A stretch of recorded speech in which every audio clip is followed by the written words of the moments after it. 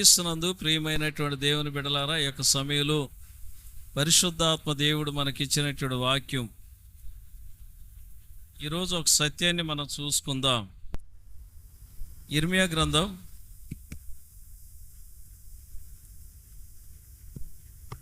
గ్రంథం 32వ అధ్యాయం 32వ అధ్యాయంలో 17వ వచనం నుండి నేను చదువుతాను, జాగ్రత్తగా గమనించండి.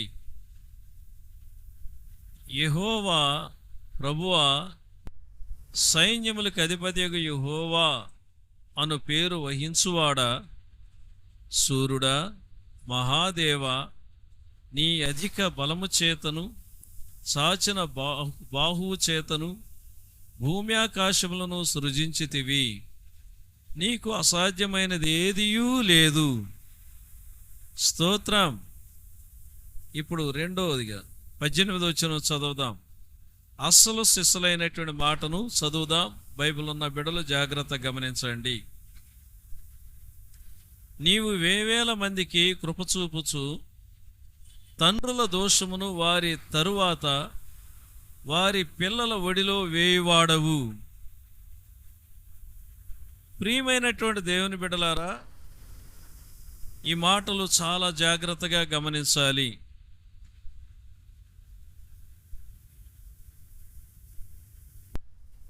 పదిహేడవ వచనంలో అంటాడు,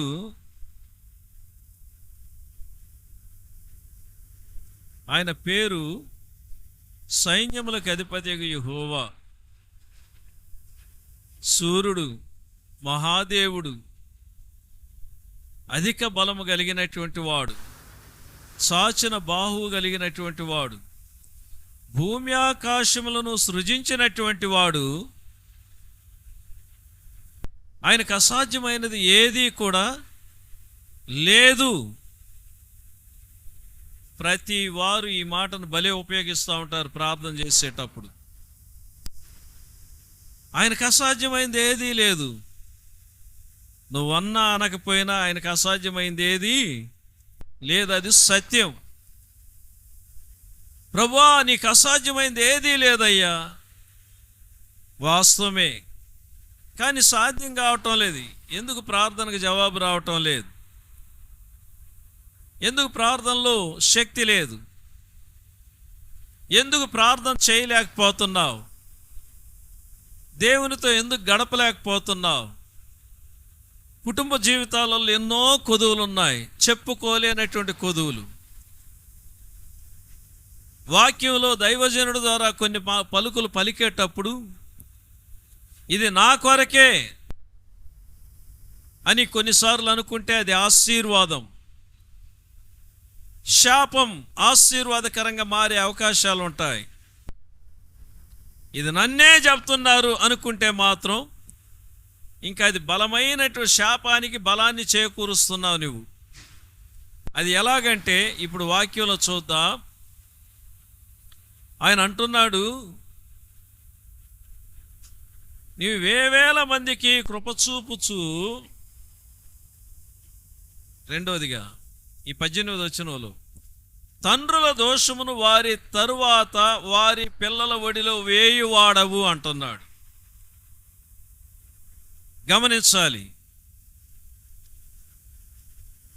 ప్రభువు క్షమించేవాడు, కృప చూపించేవాడు, కనికరించేవాడు, వాస్తవమే. కానీ కుటుంబ జీవితాలలో ఏ పాపం ఎరగనటువంటి బిడ్డలు ఎప్పుడు రోగాలు రోగాలు రోగాలు రోగాలు రోగాలు. కుటుంబ జీవితంలో ఏ పాపం ఎరగనటువంటి వాడు, ఆ బిడ్డ ఎప్పుడు మెంటల్గా ఉంటాడు. కుటుంబ జీవితంలో ఏ పాపం ఎరగనటువంటి వాడు, ఏ దోషం ఎరగనటువంటి ఆ బిడ్డ ఎప్పుడు నలుగుతానే ఉంటాడు. ఏ పాపం ఏ దోషం ఎరగనటువంటి బిడ్డ, పుట్టిన బిడ్డ పుట్టినలాగానే చెట్టులాగా ఉంటారు. ఏంటి కారణం? సత్యాన్ని మనం తెలుసుకోవాలి. సత్యాన్ని మనం తెలుసుకోకపోతే మనం ఇంకా చాలా చాలా నష్టాలు పాలవుతాం. మీకు ఉదాహరణ చెప్తాను, ఎన్నోసార్లు చెప్పిందే. ఆరోగ్యం బాగలేదు, మెడికల్ షాప్లో వెళ్ళి ఒక 2 మాత్రలు తెచ్చుకొని 2 పూటలు వాడతాం. ఆ వాడిన తర్వాత కొద్దిగా సుమారుగా ఉంటుంది, మళ్ళీ 4 రోజులైనాక యథావిధిగా ఆరోగ్యం బాగా లేకుండా పోతుంటుంది.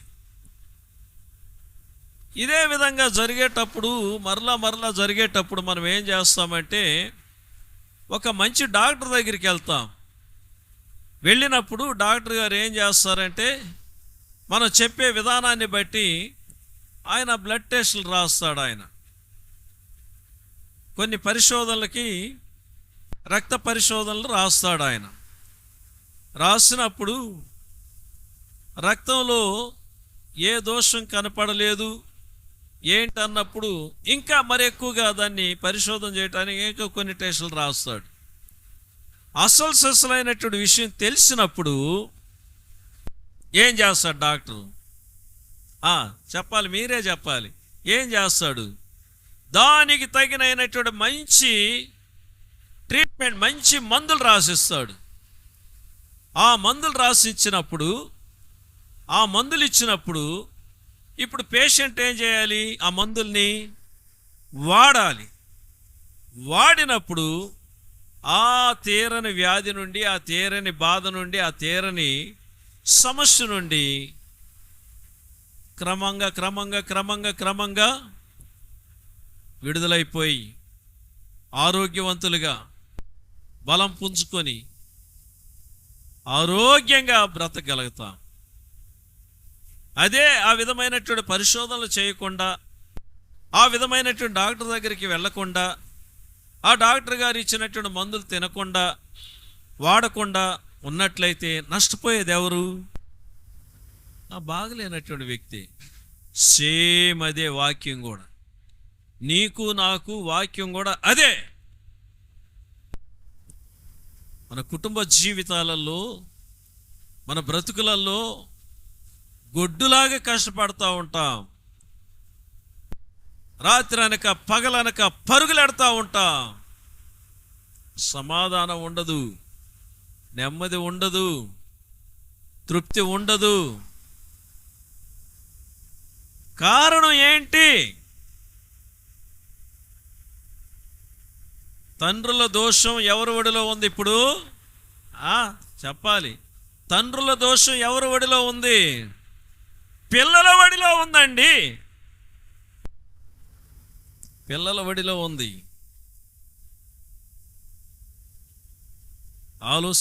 చేసావా ఎప్పుడైనా?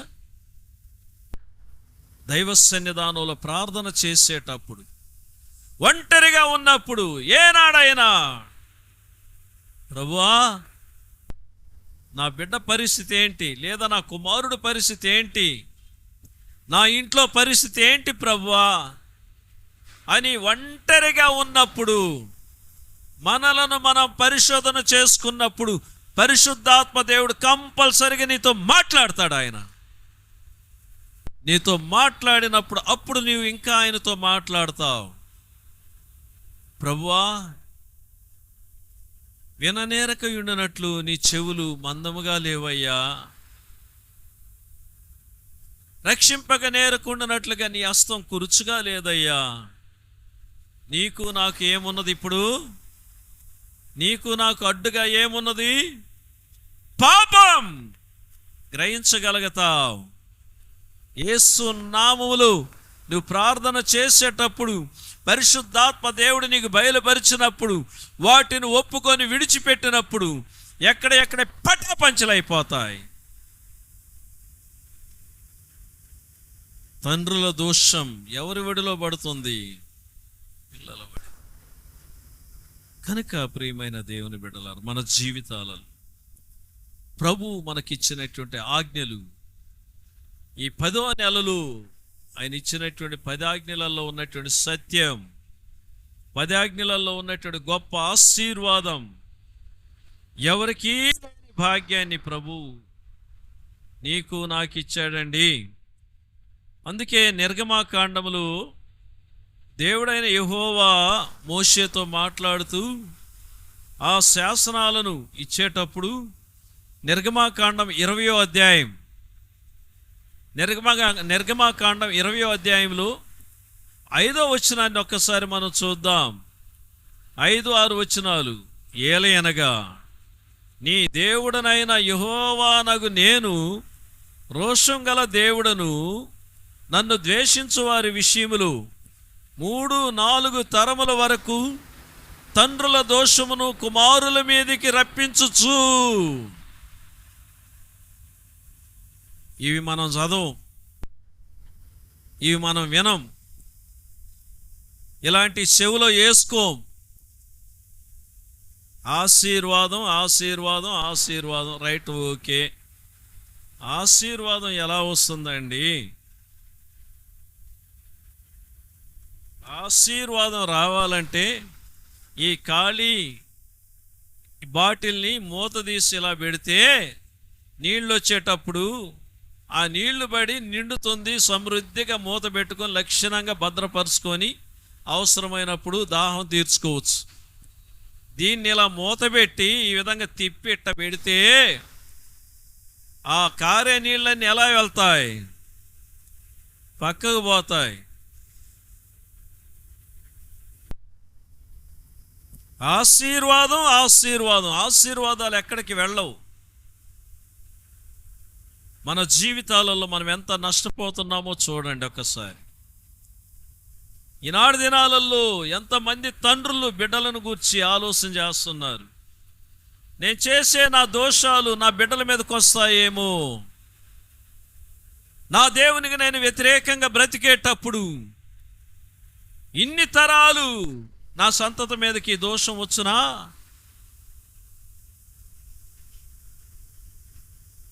నన్ను ద్వేషించు వారి విషయములో 3-4 తరముల వరకు తండ్రుల దోషమును కుమారుల మీదకి రప్పించుచు. అనగా 3-4 తరముల తర్వాత ఇక ఉండరు వాళ్ళు, ఇక మిగతా రప్పియాలంటే.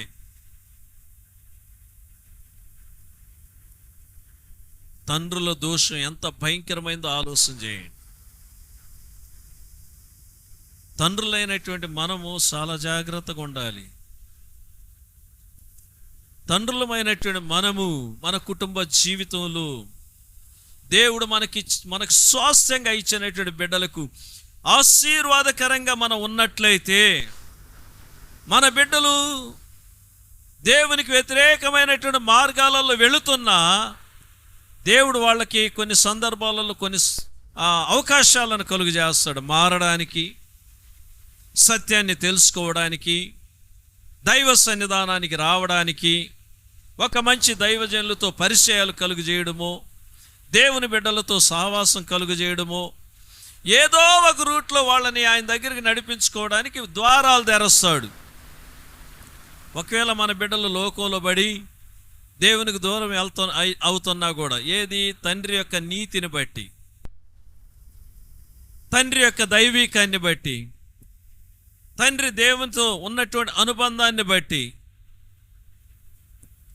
తండ్రి దేవుడిచ్చినటువంటి ఈ ఆజ్ఞలను గైకొని వాటి ప్రకారం బ్రతికేటప్పుడు దైవ భయముతో భక్తితో సమస్తమైన ఆశలను చంపుకొని లోకాన్ని చూడక యేసు వైపు చూసే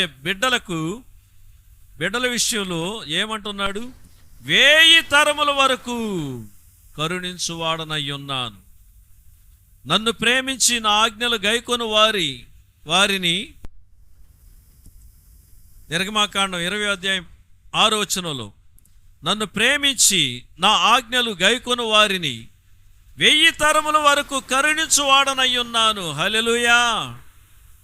ఏది కావాలి మనకు? 1000 తరాల వరకు మన బిడ్డలు, మన సంతానం ఉండేది కావాలన్నా, 4 తరాలతోనే ఊడ్చుకొని పోయేది కావాలన్నా, ఏది కావాలి? నువ్వు తీర్మానం చేయి.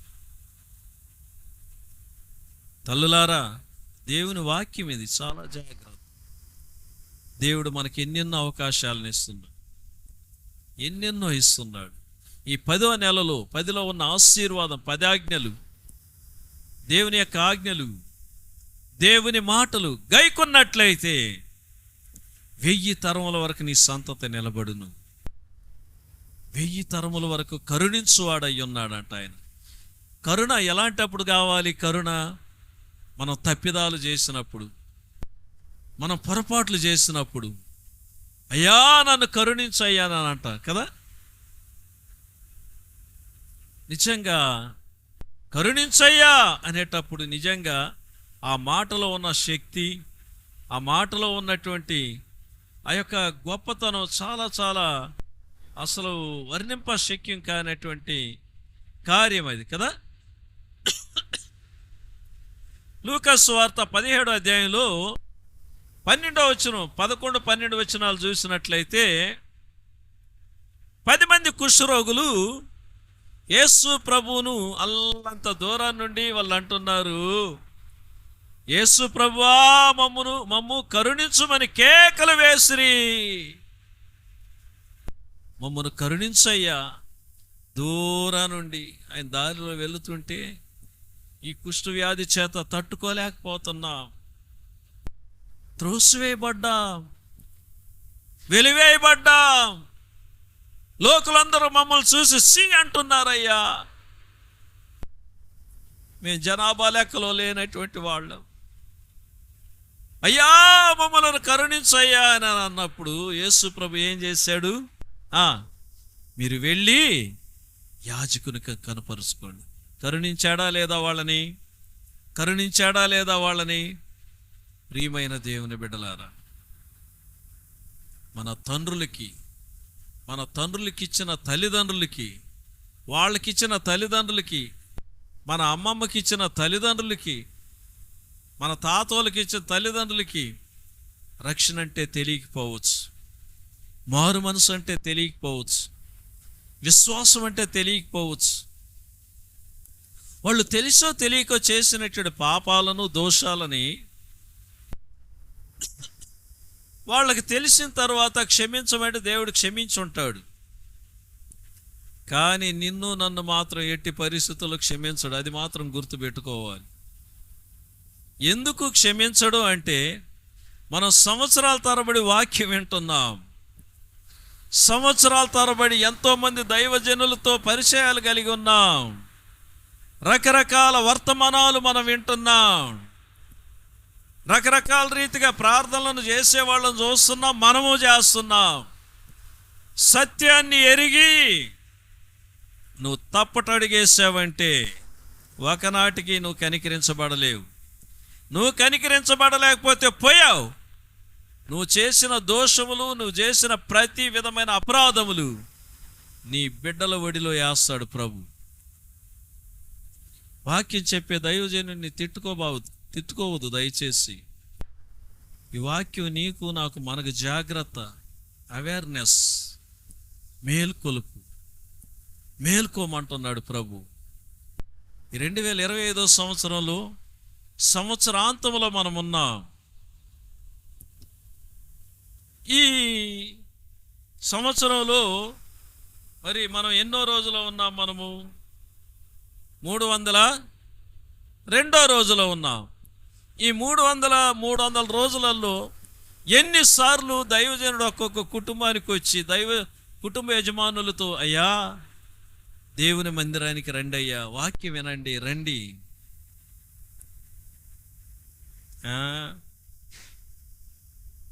మాకు పని ఉంది సార్, రాలేం సార్, ఆదివారం డ్యూటీ. రైట్, ఓకే, ఆదివారం డ్యూటీకి వెళ్ళండి, పొట్టకూటి కోసం వెళ్ళాలి, అది తప్పులేదు.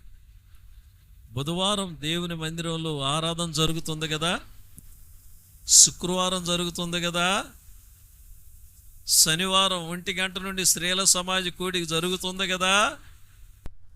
వీటన్నిటినీ తప్పించుకొని 302 రోజులు గడిపావు. దైవ సన్నిధానాన్ని నిర్లక్ష్యం చేయటం దోషం కాదా? దైవజనుడి యొక్క పిలుపుని నిర్లక్ష్యం చేయటం దోషం కాదా? నీ ఇంటిలోనికి వచ్చి దైవజనుడు, దేవా ఈ పేద కుటుంబాన్ని దీవించు ప్రభువా, ఆశీర్వదించు నాయన, నీ బిడ్డలు పడిన స్థలంలో నుండి లెయ్యాలి ప్రభువా అని నానాక విధాలైనటువంటి ఆశీర్వాదాలతో చేసే ప్రార్థనని పెడచెవిని పెట్టి ప్రభు ఇచ్చే సమయాన్ని నీకు ఇష్టమైన రీతిలో వాడుకుంటున్నావే, దోషం కాదా? ప్రభువు నీకిచ్చే కష్టార్జితములు నెలంతా కష్టపడగలిగే శక్తిని ప్రభువు నీకు ఇస్తున్నాడు. నెలంతా పరుగులాడుతున్నావు, ప్రభు ఎంతో కాపుదల భద్రతనిస్తున్నాడు. ప్రభువుకిచ్చే విషయంలో బిగబడుతున్నావే, దోషం కాదా? ఇవన్నీ కూడా పరిశోధన చేసుకోవాలి. ఇది మీకు ఎలా ఉంటుందో నాకు తెలియదు, కానీ నేను పర్సనల్గా కూర్చున్నప్పుడు చచ్చిపోయి బ్రతుకుతాను. నేను ఎందుకు చచ్చిపోయి బ్రతుకుతానంటే,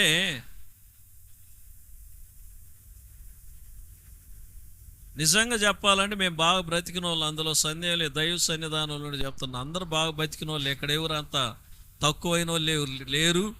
ఈ యూట్యూబ్లో వాక్యం చూసే వాళ్ళు కూడా అంత తక్కువైన వాళ్ళు ఎవరు లేరు, అందరం బాగా బతికిన వాళ్ళమే.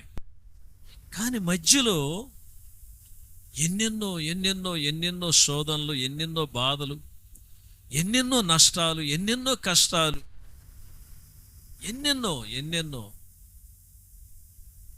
చెప్పుకోలేనన్ని బాధలు, వాటన్నిటిని మనం గుర్తు చేసుకున్నప్పుడు ఎందుకు వచ్చాయి ప్రభు ఇవన్నీ? దేనికి వచ్చాయి ప్రభువా? ఎందుకు ఇంత స్థితికి త్రోసివేయబడ్డాం ప్రభువా? ఎందుకు ప్రభు ఇంతగా అణిచివేయబడ్డాం ప్రభువా అని పరిశోధన చేసుకునేటప్పుడు కంపల్సరిగా పరిశుద్ధాత్మ దేవుడు మనతో మాట్లాడతాడు. అప్పుడు దేవుని దగ్గర నేను క్షమాపణ కోరుతాను. నేను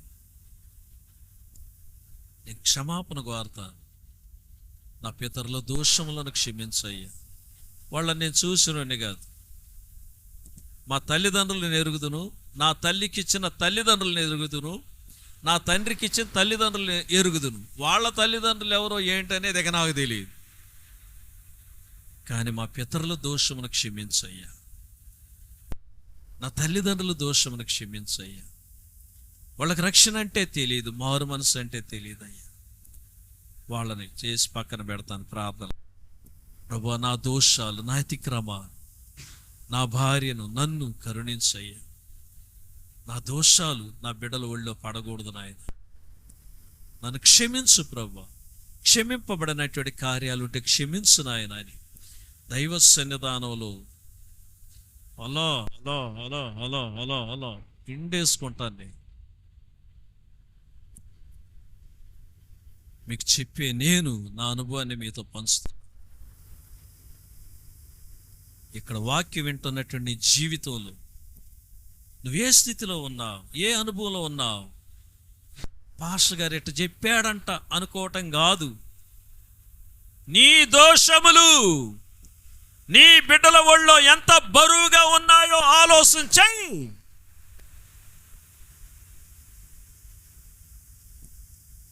కొన్ని సందర్భాలలో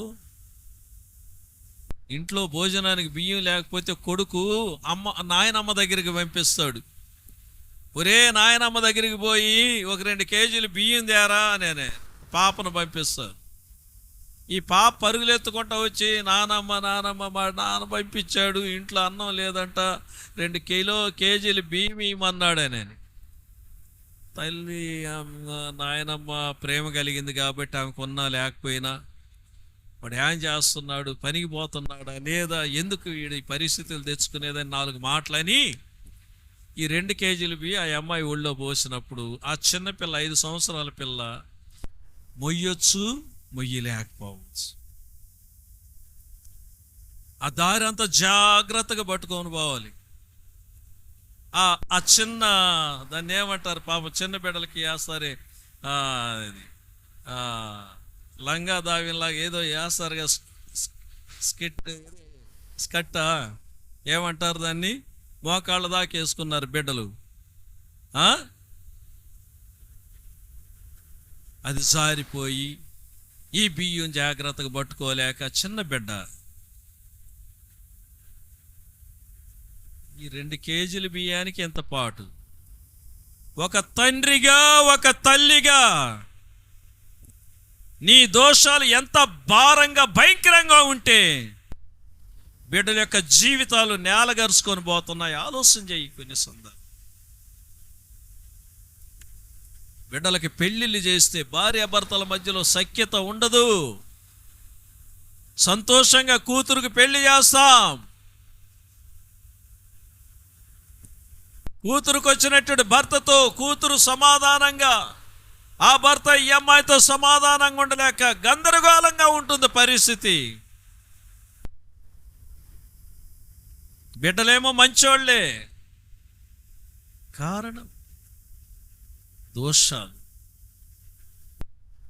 ప్రియమైనటువంటి దేవుని బిడ్డ, ఈ 10వ మాసాలు, ఈ సంవత్సరాలు, ఈ చివరి దినాలలో వాక్యం వింటున్నటువంటి నీ జీవితంలో, మన జీవితాలలో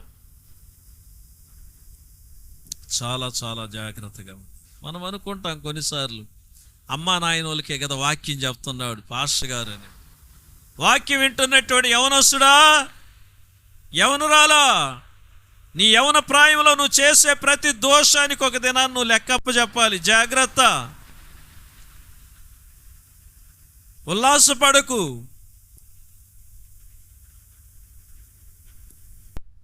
అమ్మా నాన్నోళ్ళు చేసిన దోషం మన నెత్తిన ఉండొచ్చు, అలాగని వాళ్ళని ద్వేషించకు. నిన్ను కనికరించి, నిన్ను క్షమించి, నిన్ను సరిచేయగలిగే యేసు నీతో ఉన్నాడని ఆయన పాదాల మీద పడు, నీలో ఉన్న దోషాలన్నీ పోతాయి. దానికి ఉదాహరణ చెప్తాను. 10 మంది కుష్ఠరోగుల విషయం చెప్పాను. అయ్యా మమ్మల్ని కరుణించమన్నప్పుడు ప్రభు కరుణించాడు. వాళ్ళు యాజకులకు చూపించుకునే దానికి వెళ్ళేటప్పుడు, దారిలో వెళ్ళేటప్పుడే వాళ్ళు బాగా అయిపోయారు. నీకు ఇంకోటి చెప్తాను, యవనస్తుడా, యవనరాలా, మార్కు సువార్త 5వ అధ్యాయంలోకి వెళ్ళినప్పుడు అక్కడ ఒకడు రాత్రింబవళ్ళు సమాధులలో కేకలేస్తుంటాడు, అరుస్తూ ఉంటాడు. వాడిని ఎంతమంది కట్టేసినా వాడిని ఎవరు కూడా అదుపు చేయలేరు. ఇనప సంఖ్యలతో కట్టేసినా కూడా వాటిని తుత్తునీలుగా చేసుకొని సమాధులలో కేకలేస్తుంటాడు, అరుస్తూ ఉంటాడు. ఒక దినాన ప్రభు సంధించాడు. ఇరాసేనుల దేశానికి వెళ్ళినప్పుడు ఈ సంభవం జరిగింది. ప్రభు వాడిని కరుణించి కనికరించి వాడిని బాగు చేస్తాడు. వాడు స్వస్థసిద్ధుడై మంచి బట్టలు ధరించిన వాడై ప్రభువును వెంబడిస్తానంటాడు. ఈరోజు నువ్వు దేవుని వాక్యాన్ని వింటున్నావు, నీ పరిస్థితులన్నీ నీకు తెలుసు. నీ జీవితం బాగుపడాలంటే, నీ బ్రతుకు బాగుపడాలంటే, తల్లిదండ్రులు చేసిన దోషాలు నీ నెత్తినున్నాయని ఎరిగి వాళ్ళని ద్వేషించకు. ప్రభు దగ్గరకు రా, సరైపోతావు. ఆయన నిన్ను ఆశీర్వదిస్తాడు, నిన్ను సరిచేస్తాడు. అందుకే ఈ మాట అన్నాడు ఇర్మియా గ్రంథంలో. ఆయన ఏమన్నాడంటే, వేవేల మందికి కృప చూపే దేవుడు ఆయన. ఇది యవనస్తులకి ఇది కనుక ప్రియమైనటువంటి దేవుని బిడ్డ. అందుకని మన పితరుడైనటువంటి దావీదు, ఒక తండ్రి ఏమంటాడో, తండ్రి ఏమంటాడో, కుమారుడు ఏమంటాడో చూద్దాం వాక్యంలో. సమయంలో సామెతల గ్రంథంలోకి వద్దాం. సొలొమోను మహారాజు ఏమంటున్నాడో చూద్దాం. సామెతల గ్రంథం 4వ అధ్యాయం.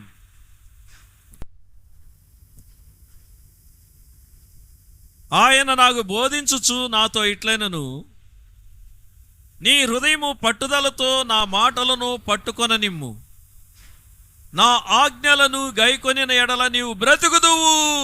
హల్లెలూయా చెప్పండి, హల్లెలూయా. యవన బిడ్డలారా, తల్లిదండ్రుల యొక్క దోషాలను లెక్కేసి, నాన్న దోషాలను లెక్కేసి, అమ్మ దోషాలను లెక్కేసి, వాళ్ళేసి నీ చాలదని ఇంకా నువ్వు సంపాదించుకోకు. ప్రభు దగ్గరికి రా, ఈ మాటలు విను,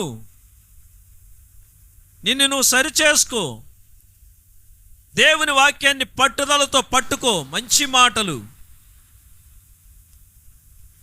దేవుని మాటలను పట్టుకున్నట్లయితే, ఆయన ఆజ్ఞలను నువ్వు గైకొన్నట్లయితే నువ్వు ఆశీర్వాదకరంగా జీవిస్తావు, నువ్వు బాగుంటావు. సొలొమోను చెప్తున్నాడు ఈ మాటలు సామెతల గ్రంథం 4వ అధ్యాయంలో 4వ వచనంలో. ఆయన తండ్రి ఏమంటున్నాడో చూద్దాం. మన పితరుడు దావీదు ఆయన ఏమంటున్నాడో చూద్దాం. 139వ కీర్తన 139వ కీర్తనలో 23-24 వచనాలు చూద్దాం. దేవా, నన్ను పరిశోధించి నా హృదయమును తెలుసుకొనుము, నన్ను పరీక్షించి నా ఆలోచనలను తెలుసుకొనుము. నీకు ఆయాసకరమైన మార్గము నా యందున్నదేమో చూడుము, నిత్య మార్గమున నన్ను నడిపింపుము. హల్లెలూయా. నీకు ఆయాసకరమైన మార్గం నా యందున్నదేమో, నా బిడ్డలకు దోషాన్ని తెచ్చిపెట్టి ఆ దోషాలను నా బిడ్డల ఒళ్ళో వేసే కార్యాలు నాలో ఉన్నాయేమో. అయ్యా, నన్ను పరిశోధించయ్యా, నన్ను పరీక్షించు ప్రభువా. నీకు ఆయాసకరమైన కార్యాలు నాలో ఉన్నాయేమో, నన్ను పరీక్షించు ప్రభువా. తండ్రి ఈ విధంగా తన్ను తాను పరిశోధన చేసుకొని ప్రభుతో మాట్లాడుతున్నాడు. కుమారుడు చూస్తే ఆ విధంగా చెప్తున్నాడు. చూసారా వాళ్ళ యొక్క అనుభవాలు ఎలా ఉన్నాయో? దేవునికి స్తోత్రం కలుగును గాక. కనుక ప్రియమైనటువంటి దేవుని బిడ్డలారా, మన దోషాలు మన బిడ్డల యొక్క ఒళ్ళో ఎంతవరకు సంపాదించేసామో ఒక్కసారి ఆలోచన చేయండి. కనుక ఈరోజు గనక నువ్వు సత్యాన్ని ఎరిగి, నువ్వు నీతిని ఎరిగి ప్రభు పాదాల దగ్గరకు వచ్చి, ప్రభా, నా దోషాలు ఎన్ని రకాలుగా ఉన్నాయి, ఎన్ని రకాలుగా నేను దోషం చేసి ఈ దోషాలు ఇదేందో అనుకున్నాను ప్రభువా, నా బిడ్డల ఒళ్ళో నేను వేస్తున్నానని నేను అనుకోలేదయ్యా అని పశ్చాత్తాపడి ఆయన పాదాల మీద పడి నిన్ను నువ్వు సరిచేసుకున్నట్లయితే కలిగే ఆశీర్వాదం ఎలాంటిదో చూడండి. ఇప్పుడు మీకా గ్రంథం 7వ అధ్యాయం 18వ వచనాన్ని మనం చూద్దాం. మీకా గ్రంథం 7వ అధ్యాయం 18వ వచనం. తన స్వాస్థ్యములో శేషించిన వారి దోషమును పరిహరించి వారు చేసిన అతిక్రమముల విషయమై వారిని క్షమించు దేవుడైన నీతో సముడైన దేవుడున్నాడా? ఆయన కనికరము చూపుట యందు సంతోషించుడు వాడు గనుక నిరంతరము కోపముంచడు. ఆయన మరల మన యందు జాలిపడును, మన దోషములను అణచివేయును. వారి పాపములన్నిటినీ సముద్రపు అగాధములలో నీవు పడవేతువు. హల్లెలూయా, చెప్పండి హల్లెలూయా. బైబిల్ గ్రంథాలు ఉన్న వాళ్ళందరూ ఆ వాక్యాన్ని మళ్ళీ చూడండి. తన స్వాస్థ్యములు, మీకా గ్రంథం 7వ అధ్యాయం 18వ వచనం. బైబిల్లో ఉన్న బిడ్డలారా ఒక్కసారి చూడండి. మీకా గ్రంథం 7వ అధ్యాయం 18వ వచనం. ఈ మాట నీ కొరకే. ఇంతకాలం నేను పాపిని, నేను దోషిని, నేను అది, నేను ఇది అనుకొని నలిగి నజ్జైపోతూ పాపాలు క్షమింపబడక, దోషాలు క్షమింపబడక, లేని నష్టాలు కష్టాలన్నీ నెత్తిని తెచ్చిపెట్టుకొని అణిచివేయబడినటువంటి నీ కొరకే ఈ వాక్యం. మీకా గ్రంథం 7వ అధ్యాయం 18వ వచనం. బైబిల్ ఉంటే చూడండి ఒక్కసారి, యూట్యూబ్లో వాక్యం చూసే బిడ్డలారా. మీకా గ్రంథం 7వ అధ్యాయం 18వ వచనం. తన స్వాస్థ్యంలో శేషించిన వారి దోషమును పరిహరించి, నీవు నేను ఆయన స్వాస్థ్యం, ఆయన రక్తము చేత కొనబడిన బిడ్డలం, ఆయన రక్తము చేత విమోచింపబడినటువంటి బిడ్డలం. తప్పిపోయి ఉండొచ్చు నీవు,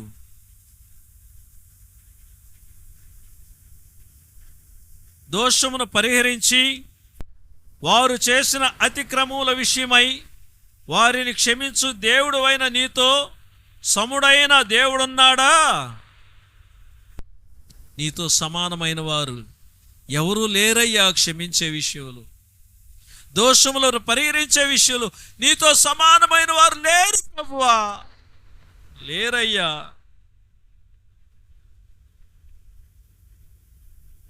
ఆయన కనికరము చూపుటి యందు సంతోషించువాడు.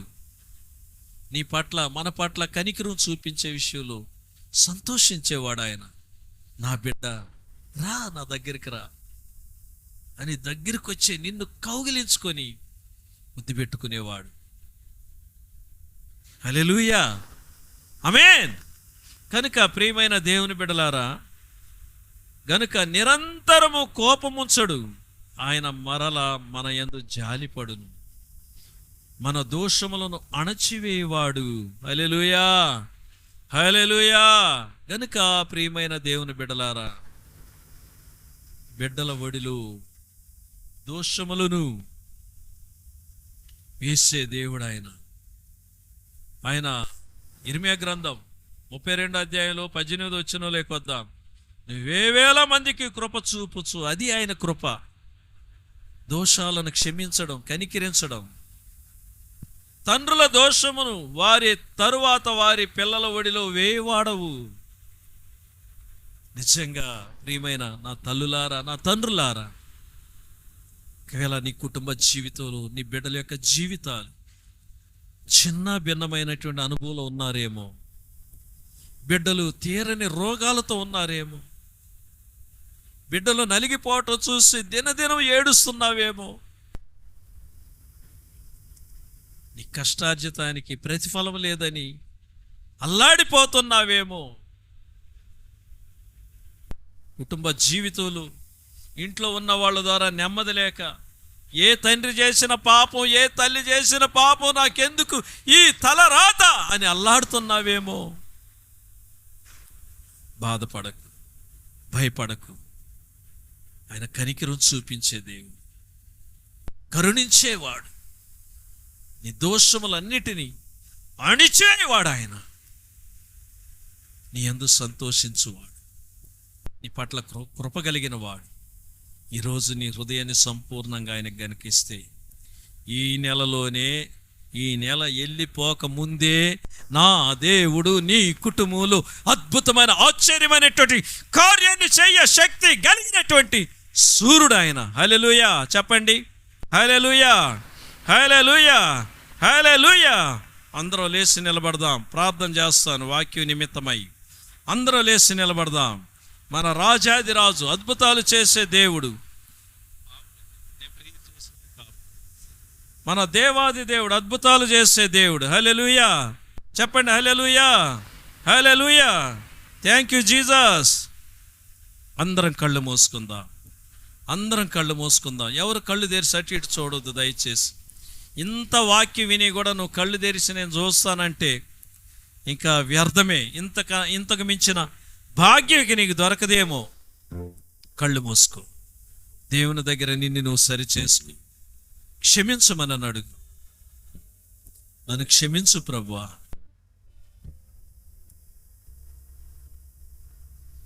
దేవా పాపిని నిన్నాశ్రయించాను,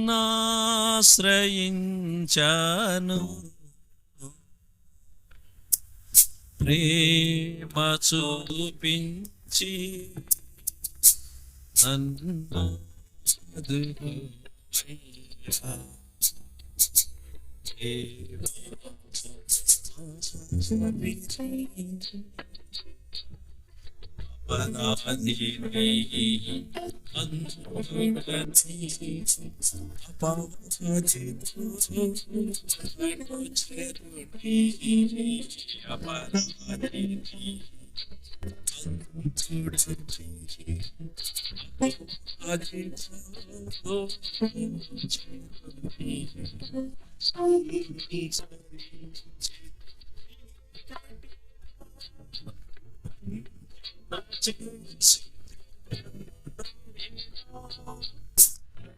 జన చేసి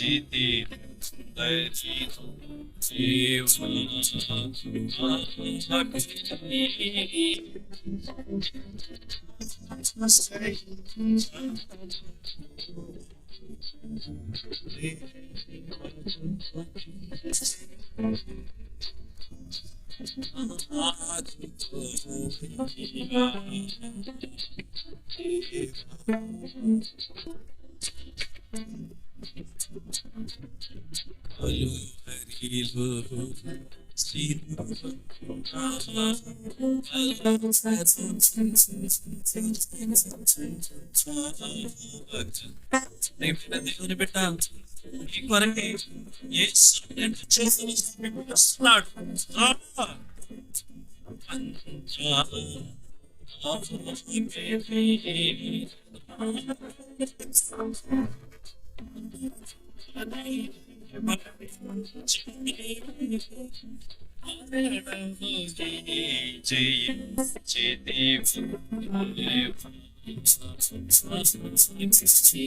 సోదరుడా సోదరి, ఆ యేసు దగ్గరికి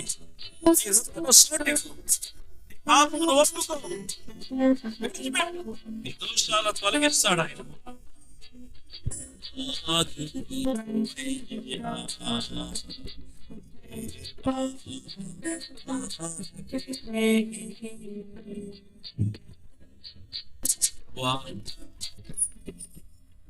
యేసయ్యా, తండ్రుల దోషమును బిడ్డల ఒళ్ళు పిల్లల ఒళ్ళు వేసే దేవుడు.